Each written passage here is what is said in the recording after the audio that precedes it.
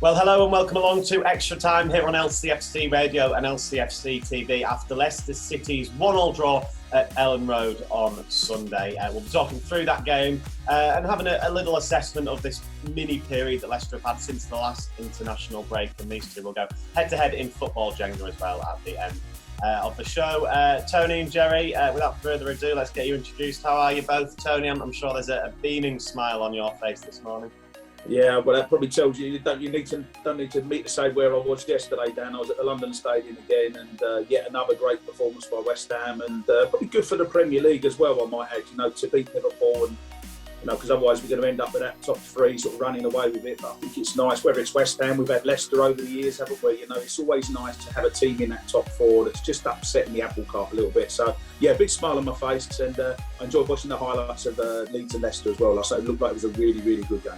Yeah, you were there, of course, Gerry. It was a good game, wasn't it? Just disappointing, I guess, in a way. Leicester weren't able to get 3 points, but it was a hard-fought point anyway.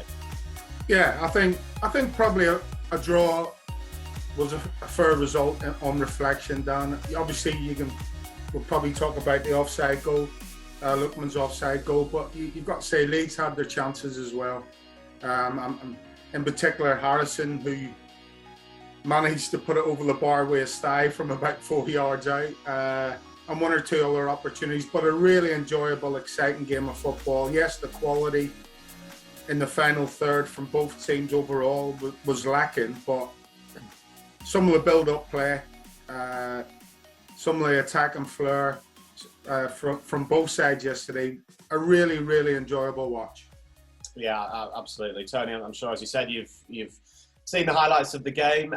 What did you make of it? What did you make of Leicester's performance? Yeah, I think Tags was spot on really with the final third aspect of things. I think both sides perhaps were a little bit guilty of that, but Kasper had some good saves, didn't he? And certainly there was an element of controversy in the game in terms of possible red cards, in terms of offside decisions, in terms of handballs, possible penalties. So there's certainly plenty for us to talk about this morning, but I just felt the pace of the game looked fantastic. It's always nice when I don't like when you tune in to watch a Premier League game and it's just pass. I did watch Manchester United, Man City at the weekend, and Manchester United were really poor, but it was just watching. I know Man City are good, but they're just passing the ball 10 yards, 20 yards. But I think with Leeds and Leicester, it was almost the complete opposite, where you get two teams really going for it, end-to-end stuff, fast. Bit of physical contact in there as well. Well, everything that's great about the Premier League, Dan. So it was a really, really good watch. Yeah, absolutely. It's just, I guess, in a way, as you said, Gerry, probably about right, wasn't it? The point in the end. And it's just a shame in those games where you've been entertained like that you just want to see Leicester go and get the winner. And let's talk about the offside goal, because we thought that Leicester had got what probably would have been the winner at that stage of the game, but just marginally offside. Yeah, it's so unlucky, isn't it? I mean, they did it on Thursday night, Leicester, where they continually went for that near post flick on. It's a change of tactic from Brendan Rodgers and his coaching staff as regards to set pieces. And obviously it worked on Thursday night with Jose Perez. And it was an in-swinging corner on Thursday night. That time it was an out-swinging corner where Jamie Vardy's made that run towards an near post. But the same outcome, he gets a flick on. And it's just unfortunate. I think that's why one of the reasons why teams don't put players on posts anymore is because there is that opportunity now to catch teams offside if they get it slightly wrong. And unfortunately, it's a toenail, isn't it? It's a big toe offside. But the way you've got to look at it objectively in these situations, Dan, and that's the way I try and do that, is that if the shoe was on the other foot, and it was Leeds who had that near post flick on, and it was a Rafinha or Rodrigo at the back post banging it, tapping it in, and it was given offside by a big toe, then you'd be thanking your lucky stars for that. So it was the right decision, and it was only a big toe offside, but he was offside. But a really good move, a really good set piece that's come off again, i.e. the ball ended up in the back of the net. Yes, it was offside, but again, it's something that the lads will take from the game, that the set pieces now are starting to work a little bit, and people are starting to struggle with Leicester at set pieces. Yeah, I remember. I can't remember if you were on extra time, Tony, the day after the Brighton game a month or two ago, and Leicester had 2 goals from corners disallowed because of offside. This was something a little bit similar. I guess it wasn't the case of someone standing in front of the goalkeeper this time. It was obviously Lookman who did get the goal, who, as Gerry says, is just his bottom of his leg was offside. Yeah, it's such a typical one, Dan. I think the tendency is for everyone to criticise VAR and say, oh, it's this and it's that. But, I don't think there's anything wrong with VAR. I've always been very pro VAR because I think ultimately you have to get the right decision. I think that's the key part of any contentious decision surrounding VAR. You have to get the right decision. Tags is quite right. If you look at it technically, take your Leicester hat off, look at it technically, look at the still. I know Brendan questioned about the still, whether there was, whether it was stopped at the right moment, the actual still image they looked at. But if you look at it, and if you look at the line, and you look at it technically, he's, what is it, half a foot basically. He's probably 3-4 inches. His foot's offside. So this technically VAR's got it right. My question mark, my annoyance, if you like, about the VAR side of things is that, for many, many years, I think forwards were hard done by. It was very pro the defence. Tags would have loved it. The old days when you run up, everyone put your arms up offside, and there was no VAR. And I agree with that. Yeah, and the forwards were having a bit of a nightmare. And then we managed to transfer that round because ultimately we all want to see more goals in football. That is what football's all about. We want to see more goals. So the rule changed before VAR, and it was very pro the forwards.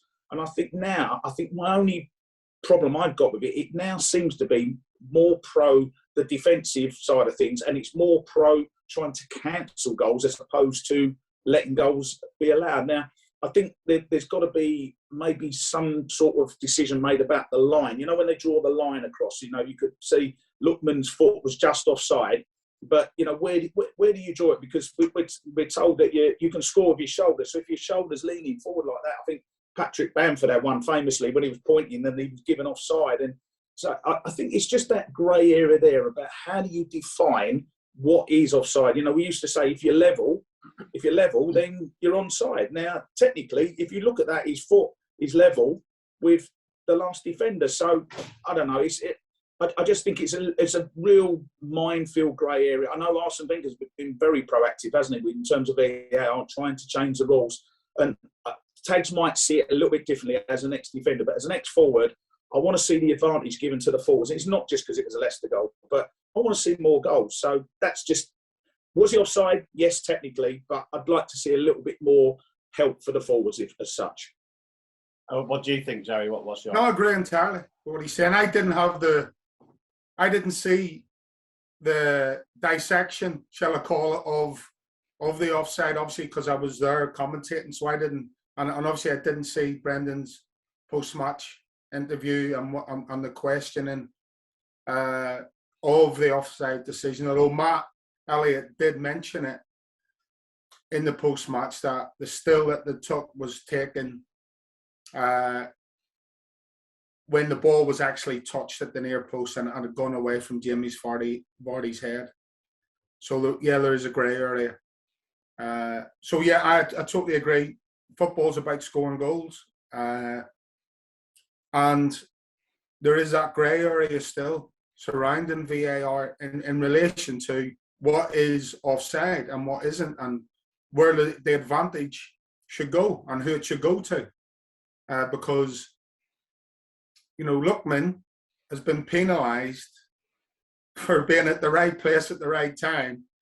And he's not trying to gain an advantage. All he's done is it's really good movement, even though he's only moved one step to the side, but it's got him enough room to be able to put that ball in the net. And for him to be penalised because his big toe's offside, apparently, or is it or isn't it, because of the still, then that's still a grey area.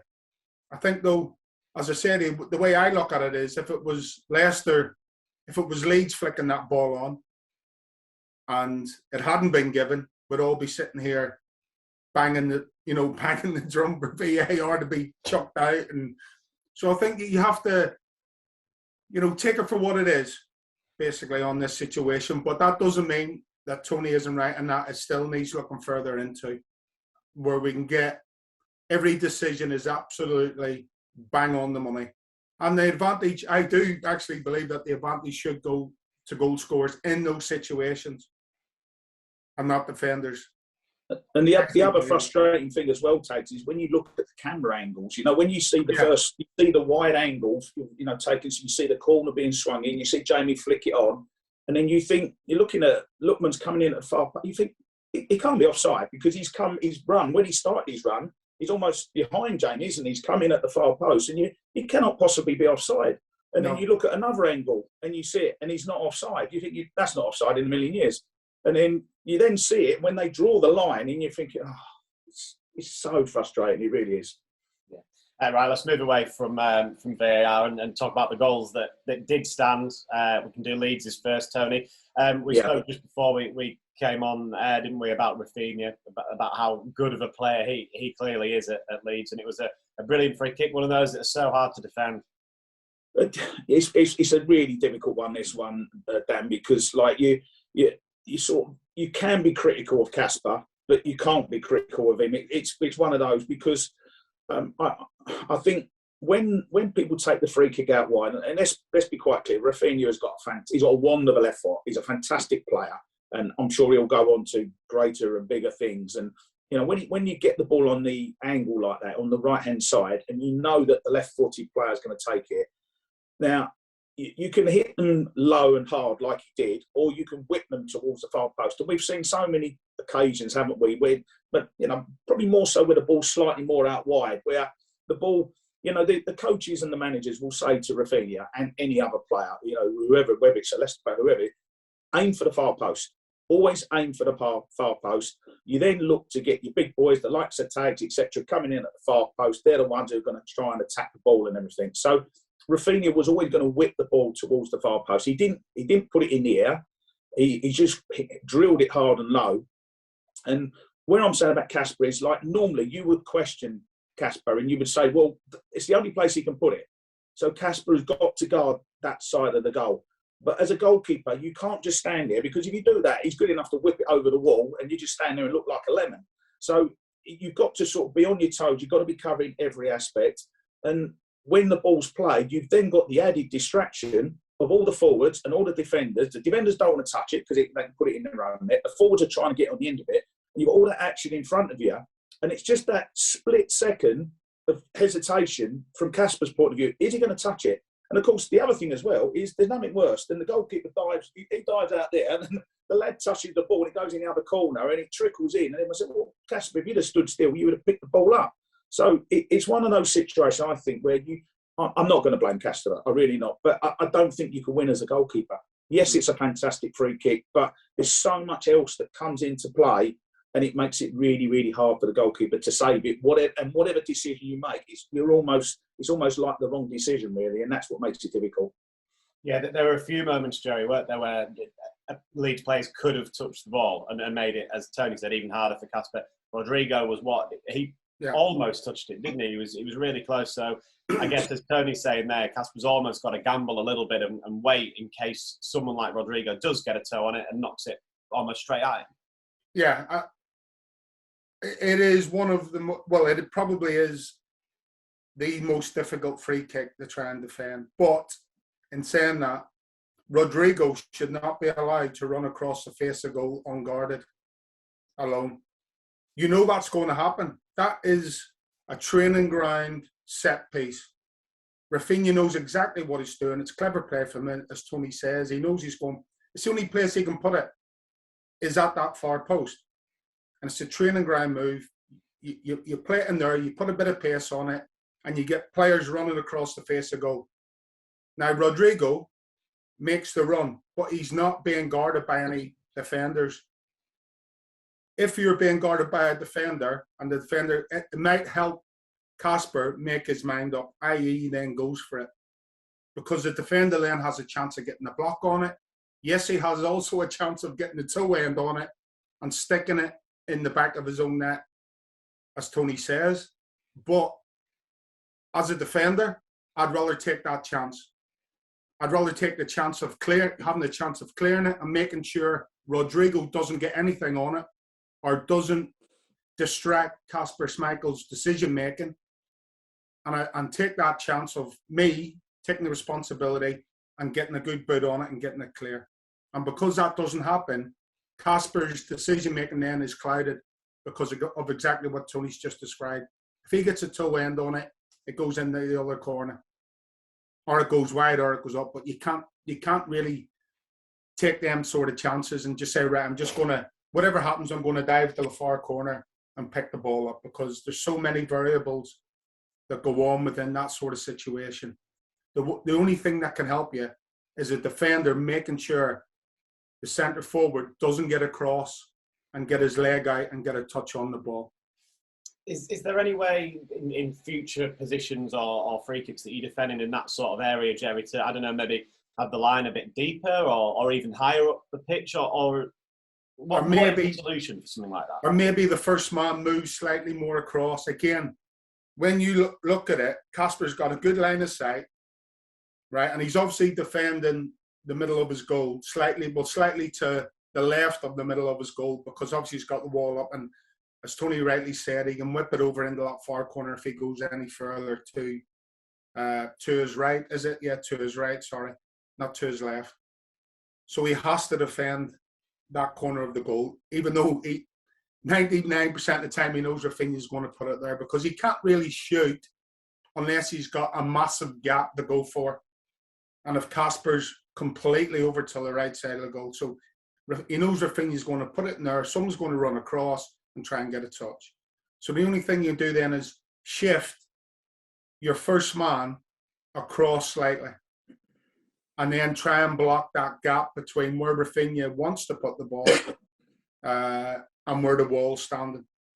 And then that makes it a bit more difficult for you. But in the main, it's about tracking runners and getting them from, making sure they don't get across the face of you. And that's what didn't happen. And it's Rodrigo's run that upsets the mindset of Kasper. I'm not saying it's as simple as that, but that is the biggest factor in that goal being scored, is Rodrigo's run, no one tracking it, and therefore no one getting a block on it. You'd have definitely been claiming it, Tony, wouldn't you, as Rodrigo there, if you get a toe anywhere near it? I had a few like that in my career, Dan. In the good old days when there was no camera, just put your arm up straight away, just run off celebrating, and everyone thinks he's touched it, and you maybe got a finger, toenail on it or something like that. You just claim the goal. But yeah, I mean, Tags has described it very well. It was a really, really difficult one for Kasper, and but perhaps defensively they could have just worked a little bit harder, and it would have made it a little bit easier for Kasper. But it was a disappointing goal to concede. There's no doubt about that. But they reacted brilliantly, and we've seen that quite a lot recently, actually. Leicester, having conceded a goal, suddenly going up the other end and scoring. Again, exactly what they did. Yeah, it's one of them things in football that's never really changed. And over the years, I don't know how many goals have been scored immediately after a goal's been scored at the other end. I think in the modern game, you see a goal scored, like Leeds would have scored, and I think in the modern game, every player goes to congratulate the goal scorer, quite rightly so, I might add. So there's all that adrenaline and adulation and getting involved with the crowd and everything, and then you then go back to the halfway line, at which point you're still buzzing because your team's gone a goal up, and defenders switch off, and that's what happens. But I don't think that was the case in this situation. I really don't. I think it is just the pure quality of the goal. Can I be critical of the Leeds back four? You could argue the right back, whoever the right back was, could he perhaps could have gone and put Samari under pressure and nudged him, or given a foul away maybe, which is better than what happened. But apart from that, Leeds they've got their back four in place. It's a long ball from Johnny, isn't it? Just sort of pumped up there really. And what Harvey does, he does it really well. He just runs pretty much down the touchline. And when the ball's flicked on from Samari, he's still, there's no real danger. You could say, well, don't let him come in on his right foot. That's another thing you could say about the defending. But I don't want to in any way take anything away from Harvey Barnes, because the goal is quite simply sensational. We've seen over the last few weeks, I'm thinking of particularly of Yuri Tillemans, goals where he's put the ball in the only place that it can go to score a goal. And I think the argument's there for Harvey as well, because once he comes inside on his right foot, he's got that top right-hand corner as he's looking at it. He knows he's got to curl it. You know you've got to get it up in the air. You know you've got to get it over the keeper with curl and with dip to put it into that much. And that's what he had to aim at, really. Anywhere else, you know, the goalkeeper's going to save it, he's going to tip it over, going to catch it. But it's a sensational goal. Yes, Leeds switched off maybe a little bit with a couple of things I've said about, but you know, it's a fantastic. It's always really important to strike back quickly. You know, to do it after 10 seconds is incredible. But it was quite simply, again, we saw both Yuri's goals win the goal of the month competition for November, and you know, I think Harvey Barnes is for October, and Harvey's going to be up there with the goal of the month for November, because it was a sensational goal. It was, Joey, wasn't it? It was absolutely world class. And as Tony says, that is the only place he could have put it. Yeah, it's the only place he can put it. I was right behind it. And the keeper's actually in a good position. He's actually edging again towards that far corner, so he can't go low in that far corner. If he goes low in that far corner, keeper picks it up. He can't go near post because of the angle, because of the defender. So the only place he can go is that top left-hand corner, where Tony's described it. And I actually think, again, this is a training ground move, because as soon as the ball is played back to Johnny Evans, Buba Samari is on his bike down that inside left channel. And as soon as Johnny controls the ball, he knows exactly where it's going. He don't even have to look, and he just flips it. And Samari does brilliantly well. It's Stuart Dallas, the right back, TC, by the way. Yeah.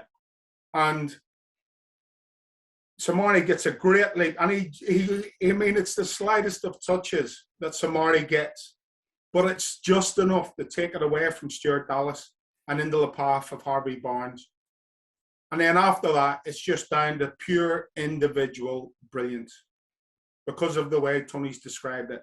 He has that much, and all the other factors that you have to throw into the mix about getting it up and then getting it back down and curling it and whipping it and all the other things that you have to pull off for it to go into that bit of the net, you know, at 2 meters high. An incredible finish. and in that environment as well, where, you know, the quality in the final third from both teams was probably something that let both sides down in the main. So for Harvey to then just compose himself in that intense environment, which Ellen Road is, you know, TC, you were at the game, I was at the game, we both played there. It's a really intense atmosphere, Ellen Road. And so for Harvey then to compose himself after he's got a really good first touch out of his feet and pull that off. And then let's face it, Leeds didn't give Leicester a second on the ball yesterday. And that was the only time I can remember that Harvey really got the ball out of his feet, got past a defender, and then was able to pull that shot off. Incredible. So, do you know what was interesting about what you said? You said that you described it as off the training ground. Yeah. In terms of what they did. And, you know, I spoke about it earlier on. You know, it's highly annoying if you concede a goal, you pass the ball to Johnny, Johnny passes it to the right back, it comes back to the centre half, goes to the centre half, go left back, go like Absolutely. So what I'm saying is that I think Leicester deserve great praise for doing, and it wasn't just a hoof from Johnny. Let's make that quite clear. It was not a hoof. It was something that they've obviously worked on. And if you're going to play a long pass, it's not a long ball. If you're going to play a long pass, and Johnny's capable of hitting the ball 50 yards directly to someone, he knows where he's putting it. I think, you know, that sort of thing is to immediately put the opposition under pressure when they're not concentrating, Tags, which is what I was going on about. So, yeah, you know, do you not agree that I think they really deserve credit for doing that rather than tapping it around at the back and not going anywhere? Totally. You know, we've seen it a couple of weeks ago against Manchester United when slightly different scenario. The ball goes to Castagna on the left-hand side, but I truly believe that that's come straight off the training ground, that move, because, as I say, when does Buba Samari just get on his bike and start sprinting straight down the inside left channel?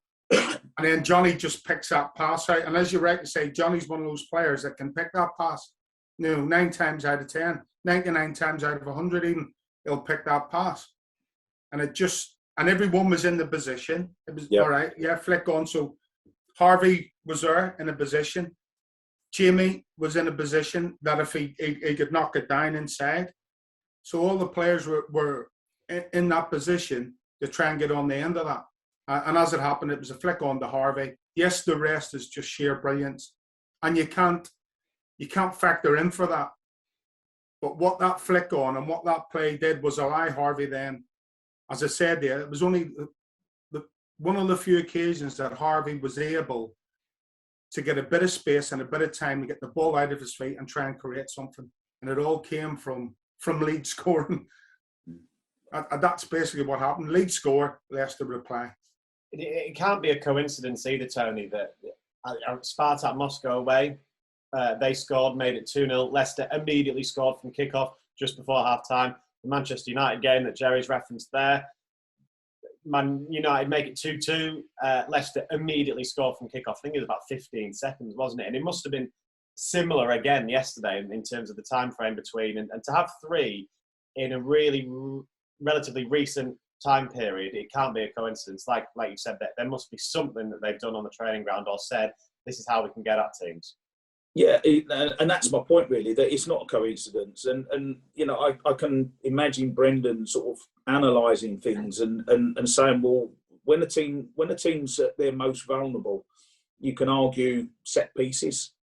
That's probably where individuals switch off, you know, but you never really know when a set piece is going to occur, a free kick or a corner. You know, it depends on the pressure you've got, obviously, on the ball. But in terms of reaction to going a goal behind or conceding a goal, as I described, I honestly think that a team they're not fully focused. And I can imagine Brendan at the training ground thinking to himself, you know, we're going to work on this because this is something that you can actually catch teams out. And you can only do that if you do what I said to Tags, which is to get the ball forward and to take a bit of a gamble. You know, in normal circumstances, would you want Soumare just running forward 50 yards and not thinking about where his position is in midfield? Of course you wouldn't. You know, you would never say that to a midfielder. But if it's a carefully planned strategic move, which it was, then, as I say, the players deserve great credit, particularly Harvey, for where the ball's gone, but they deserve great credit for executing that. But I reckon that the manager and the coaching staff have had a say in it, because if you do it once, you could say, well, yeah, all right, just take a bit of a punt on it. You do it twice, 3 times, it can't be, it's not one-off things, is it? It's something that they are genuinely working on. And as I've already described a few times, it is the most vulnerable that the team is. You scored a goal, you switch off, no one's concentrating. It's a great time to hit back straight away. A great moment, of course, personally for Harvey Barnes as well, Jerry. Yeah, absolutely. I mean, you know, he's been in and out of the team. His form has been decent, but not till he's not hit the heights, has he, that he'd hit last season before his injury. So to start the game, to get the nod to start the game, and obviously Brendan had changed it up coming into the game. Energy levels, fitness levels, whatever, you know that it was a titanic of a game. It really was. And you have to be fit. The fitness levels that Leeds showed yesterday were quite incredible, I have to say. Some of the players that were on show yesterday for Leeds and the fitness levels, quite incredible. And so for Harvey then, as I say, to get the nod, one of those reasons will have been his fitness levels and his ability to match Leeds' energy levels up and down that left-hand side. And then to, you know, hit back with the quality of that strike will only do him the world of good. You can see the beaming smile on his face after he scored it. I mean, that will have done him his confidence the world of good. And hopefully, moving on, we'll start to see the best of Harvey again. Yeah, we saw him, didn't we, Tony, that at last season when he was on that fantastic run just before his injury, the confidence levels that he had were through the roof, weren't they? And hopefully goals like the one that he scored yesterday will get that confidence back again. I've spoken about it many times before, Dan, and confidence is such a key word in football. It really is. But it's hard to get confidence. It really is. And, I do feel for Harvey because he was in outstanding form, wasn't he, up until that injury. He's had a bad injury, and then you're trying to come back. And I think it's perhaps a little bit harder nowadays. I think it's certainly easier from a medical point of view. Let's be honest. Compared to 30 years ago, the advances in medicine and treatment from injuries is incredible now compared to what it was. So the players are lucky from that point of view. But where they're perhaps a little bit unlucky is it's now a squad game. And by that, what I mean is if you're a key player, and let's be honest, Harvey was a key player. At the point he got injured, he was one of those key players in the team. You know what you're getting. He was in outstanding form. But then when you come back from injury now, you've got players in front of you and you've got squad rotation as well. So the point I'm making is that the manager, in the old days, you put the player straight back in and you probably would have 4, 5, 6 games where you're trying to get your fitness back and you're perhaps not going to play particularly well. And then you then come out the other side and you start to get everything back again. But Harvey Barnes has not had that 4, 5, 6 games really, has he? He's sort of been in and out. We've seen little glimpses and everything. And with the squad rotation, with the European football, it's hard to give a player who needs fitness and say, there you go, you're in the team regardless of what happens. That doesn't happen in modern day football. So it's been very, very difficult for him. But coming back to the big point I made, confidence. If you can't get confidence through scoring a goal like that, you'll never get confidence. That was an unbelievable goal. And it's one of them goals I'm sure he would have got home, he would have watched it on the telly and thought, I've just scored one of the best goals of my career. And as a result of that, you want the ball more. You feel more confident. When you do get the ball, you're going to make better decisions because you've got that confidence. And he must be walking around the training ground today, 10 foot tall and, I'm back. And that he must be thinking that, Harvey, because, it was a brilliant goal and that can only help him and ultimately help Leicester to improve as a team and as a squad. Yeah, we saw him come back in, obviously, Gerry, and I guess the changing system allowed that, didn't it? Allowed Lookman and Barnes to be those 2 wide players. What did you make of the change of system? How did you find it? It was fine. I think whatever system Brendan was going to play, because he did change it, didn't he? Halfway through the second half, bringing Dan Amati on, and then straight away Leeds changed their system to match Leicester up. So whatever system Leicester would have played yesterday, it was going to be difficult because Leeds just would have automatically matched them up no matter what. And they obviously went with Struck, who by trade is a centre half, but actually played left back yesterday because Leicester went with the 4-2-3-1 or the 4-3-3, whatever it was. So, and then obviously when Dan Amati came on, Struck came into centre half then, and Jack Harrison went the wing back on that left hand side. So it was always going to be a tough game. But yeah, I think going back to your point, I think that's the beauty that Brendan has now in his squad. He's got players that can fit into 3 or 4 different systems. And obviously one of them is having the 3 centre halves playing Kelechi or Patson Daka up front alongside Jamie Vardy if he wants to go that way. He can play 4-4-2 if he so wishes because he's got Lookman and Barnes. And like he did yesterday, he can play 4-2-3-1 with the 2 wide players, Lookman and Barnes. And if he has to change it up, he's got Daka on the bench. He's got Iheanacho on the bench as attacking options amongst others. I know I'm missing 1 or 2 out here. But that is the beauty that Brendan has now. He has a squad that can, not only can he rotate the players, but he can rotate the systems within that squad as well. And that must make it so difficult, Tony, for opposing teams, opposing managers to try and prepare to play against Leicester because you don't know what system they'll play. No, it does make it really difficult. And I think if you said to me or Tags or Matt Elliott or whatever to pick Leicester's, as we stand, Leicester's best formation and Leicester's best players and pick the team, I think we probably would all come up with different formations and different teams, which is a compliment to Leicester because it makes them unpredictable and it gives Brendan so many options in terms of the formation, in terms of the players.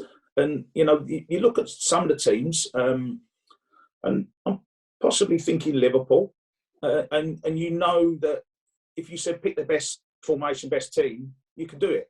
because you know that it's almost like the 4-3-3, isn't it? And you know the players that are going to be in that system, but you can't do that with Leicester, and that makes it very difficult to plan and to play against, because Bielsa would have been looking at it and thinking, well, they've been playing with 3 centre halves, they can play 2 up front, or hold on a second, indeed he's come back. So what does that mean? Are they going to go 4-1-4-1? And as it turned out, it went 4-3-3. So that it can give an advantage to Leicester, I think, because Brendan can pick the team, and sometimes you can look at the players and you almost can't even work out what the system's going to be. So I do think it's a good thing for Leicester, without a doubt. Sometimes it can, I suppose, it can make it too many options, if you like. Sometimes you can overanalyze things, but let's be honest. In general, Brendan gets it right, and it's a tremendous squad of players, and they've got real options with the formation now. Yeah, real options. And that next game, Jerry, after the international break, is Chelsea at home. So yeah. Saturday.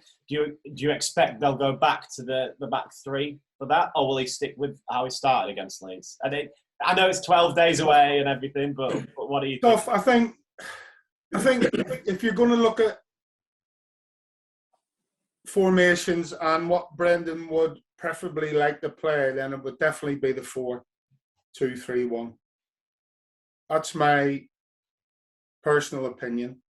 I think he's managed to go to the 3 centre halves and get positive results. What we've seen against Arsenal, it didn't really work at home against Arsenal. So he slightly changed it at half time. Against Arsenal, came out, it was a lot better performance in the second half. It may have been one of the reasons why he changed. At the weekend yesterday against Leeds, I'm not too sure. But, Chelsea play 3 centre halves invariably, don't need to play 3 at the back with 2 wing backs, even though they can go to 4. But I think they like to play the 3 centre halves as well. So it's all down to personal choice, personal preference. Personally, if my preferred system as a manager is a 4 at the back and you're playing against 3 centre halves, then I would definitely play a back 4, because you will have opportunities down both flanks to exploit the wing backs. Now, I know good teams that play 3 centre halves, their back 3 are very, very fluid. And what I mean is they can go out into the full back areas. But then that creates gaps elsewhere on the pitch, and that creates gaps more centrally. If people aren't doing their jobs, i.e. your defensive midfielder isn't going back and filling in, or your opposite wing back, depending on which side of the pitch the ball is, isn't coming back and filling in as a full back, and he's out there as a wing. So, but what that definitely creates is an opportunity to exploit down the wings playing a back 4. And obviously, will the full backs at Leicester possess, again, they love to get forward, they love to join in and make those overlapping runs or underlapping runs. Then there's definitely an opportunity to exploit any team that plays 3 centre halves. So, but again, as we've seen in the past, Brendan's has got results from playing all different kinds of formations. So it's basically a flip of a coin. You have to analyse Chelsea's game, where they're strong and where they're weak defensively, and then exploit that in and around any given formation. Final point before we move on, Tony. It'd be quite difficult to drop Harvey Barnes, wouldn't it? Or for Harvey Barnes not to play the next game because of a goal like that. And you've spoken about that confidence already.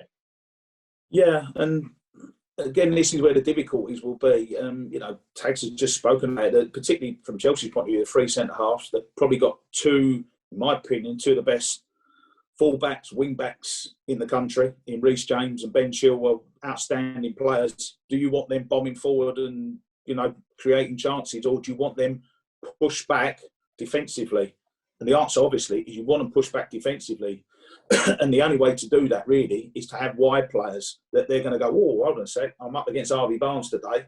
I'm not going to push forward nowhere near as much as what I would do normally, because I've got a good player up against me. So I think from that point of view, I think Harvey will be in a good position, because Brendan will be analysing it, he'll be looking at it, planning what to do against Chelsea. A long time to plan for that game now.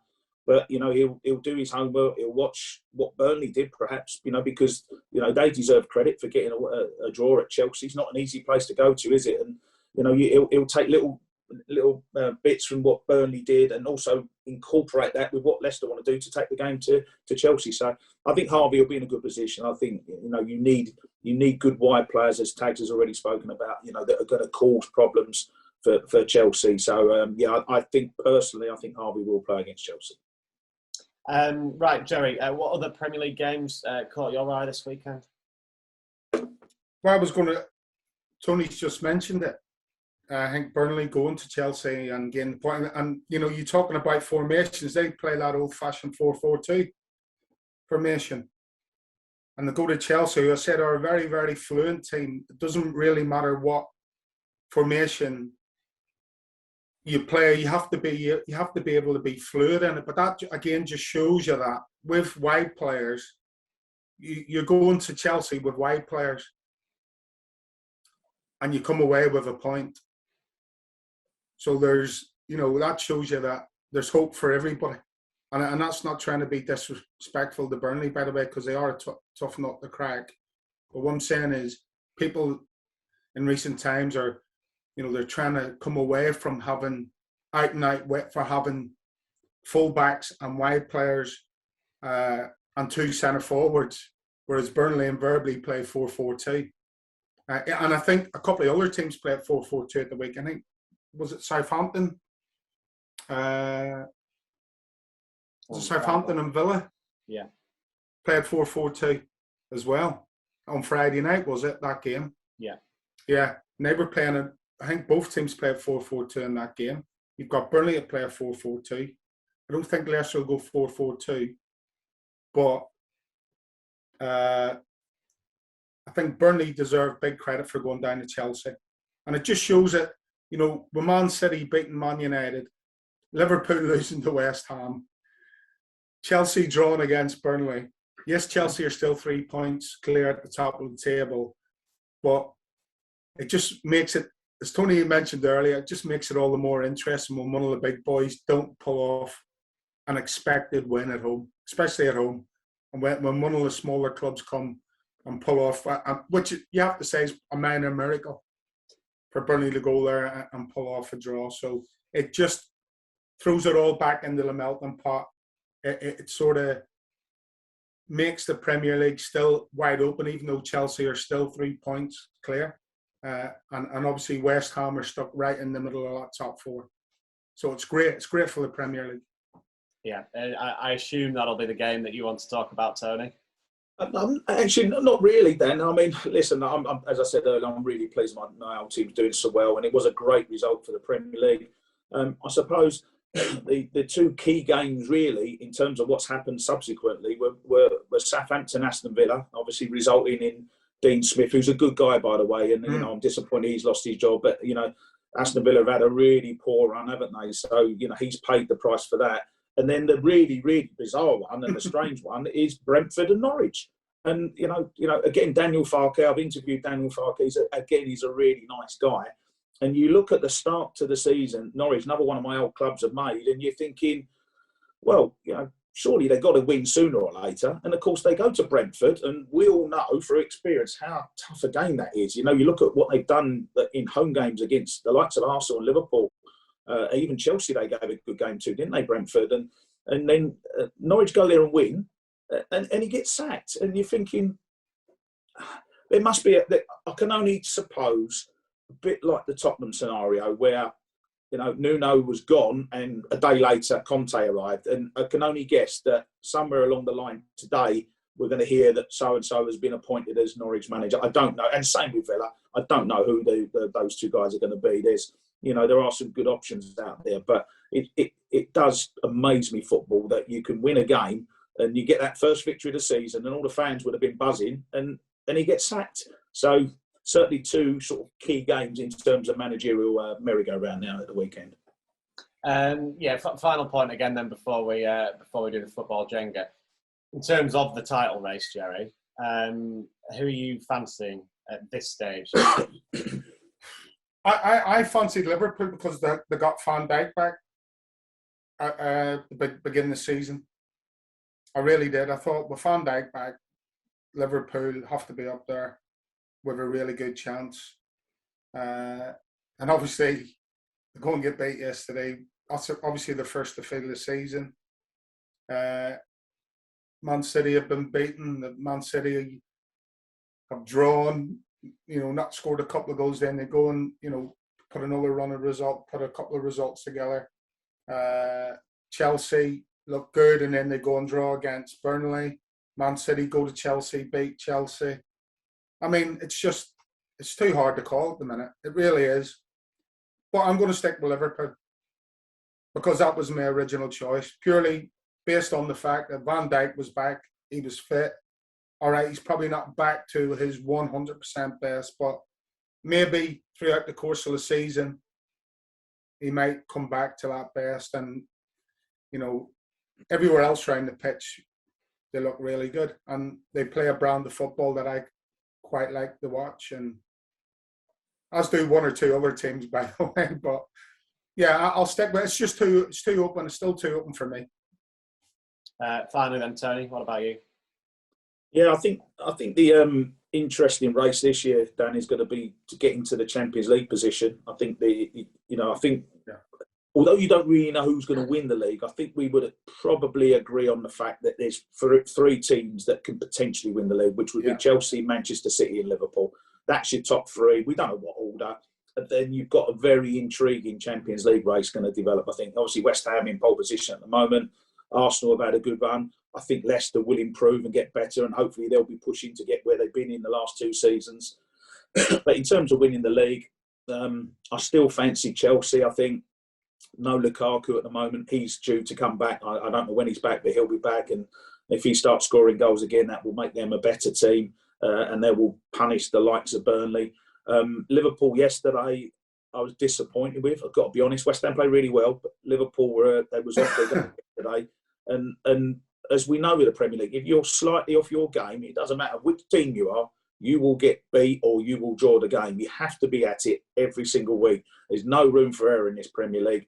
Man City, I watched the Man United, played fantastically well, should have won 6-0, and they won 2-0. And the reason for that, they do not have a centre-forward, a recognised centre-forward. That's their problem, Man City. So whether they'll solve that in the January window, will Harry Kane go to, I don't know. Who knows what's going to happen. But I think it's going to be interesting. You take your pick out of those three. I'm going to slightly disagree with Tags. He's gone Liverpool. I'm going to go Chelsea. As you know, Tags, that means Man City are going to win it. Yeah. No, I can only go with that because that's who I picked at the beginning. But Chelsea, absolutely. Chelsea, take your pick. Easily win the league. But you made the best point you made there, Tony, for me is you just cannot afford not to be on top form in this league this season. It's as simple as that. So whoever wins it is going to have to maybe... The least off days, isn't it? The least off days. Yeah, exactly. You're talking maximum two more losses between now and the end of the season. Maximum, if you're going to win it. And yes, there's going to be draws in there and this, that, and the other. There's going to be a few tight results. But if you're not at it between now and the end of the season and you've got 3-4 defeats in there, 5 defeats even, it's game over. And this weekend proves that because it's just opened it back up again.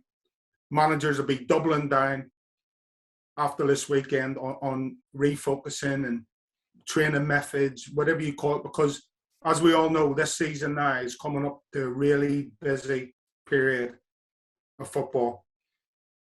And the teams at the top will not want to give any leeway whatsoever to anybody else because of the way the games are coming so thick and fast over this period. Yeah, it'll be certainly an interesting race this season, I'm sure, but a number of positions, as Tony says, that Champions League race as well is very interesting. Right, let's do our football Jenga then at the end of extra time. With it being an interesting weekend of Premier League action, we've gone for the goal scorers, Premier League goal scorers this weekend across all 10 Premier League games. Wow. So you can both have a quick little thing. Neither of you look too happy with that. Gerry head in hands already.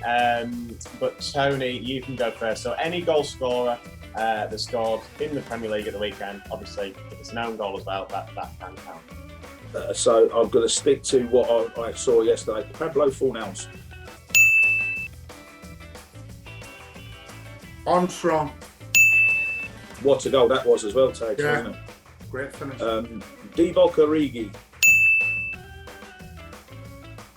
Alexander Arnold. Bernardo Silva. Allison. If we're going own goals, I'll go by own goal. Rafinha. Harvey Barnes. I can't believe it's taken so long. Let me in there to take the You little git. Okay. Who scored the other one for Man City?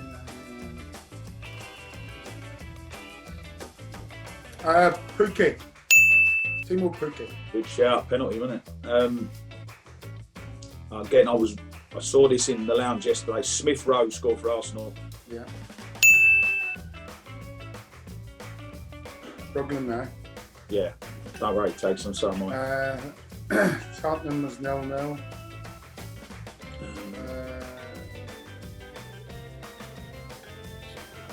It's There hard can't be left there. There can't be many left. No, there are 1, 2, 3, 9 left. Nine. Wow. Son, I just can't get Man City's technical.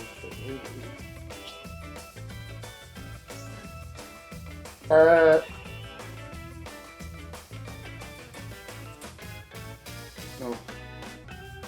I'll say Phil Foden. No, that's incorrect. We've done them because of by a young goal, wasn't it? And Silva. Silver, was it? Yeah. Yeah. Didn't see it. Go on, Tony. If you for the win. I think, Dan. Guy is it Guy Havertz and Havertz scored for Chelsea? He did. I have it. Yeah, correct. Right, well done. So yeah, that's a win for Put me Tony. to the sword again. The Woods you missed: Conor Gallagher, Kurt Zouma, Leandro Trossard, Matthias Norman, Matej Vidra, Rico Henry, Wilfred Zaha, and Isaac Hayden. Isaac Hayden, that was it. Surprised you missed Zuma, to be honest, Tony. Yeah, I know. But we sort of threw me off because he went through like the Alisson own goal, and then that threw me. So we got well done anyway. You still won. Thank you very much to both of you for your company today. It's a couple of weeks off for us, certainly. Gerry, Tony, I'm sure you'll be busy with lots of other things as well. But yeah, we'll be back a week on Saturday for that game with Chelsea, Matchday Live. It's at 12. Yeah, I'm doing that game, Dan. So I'm looking forward to it. I'll be joining you for that one. Brilliant. Yeah, we'll be on at 11. So yeah, we'll speak to you both then. See you later. Good Cheers, luck. guys.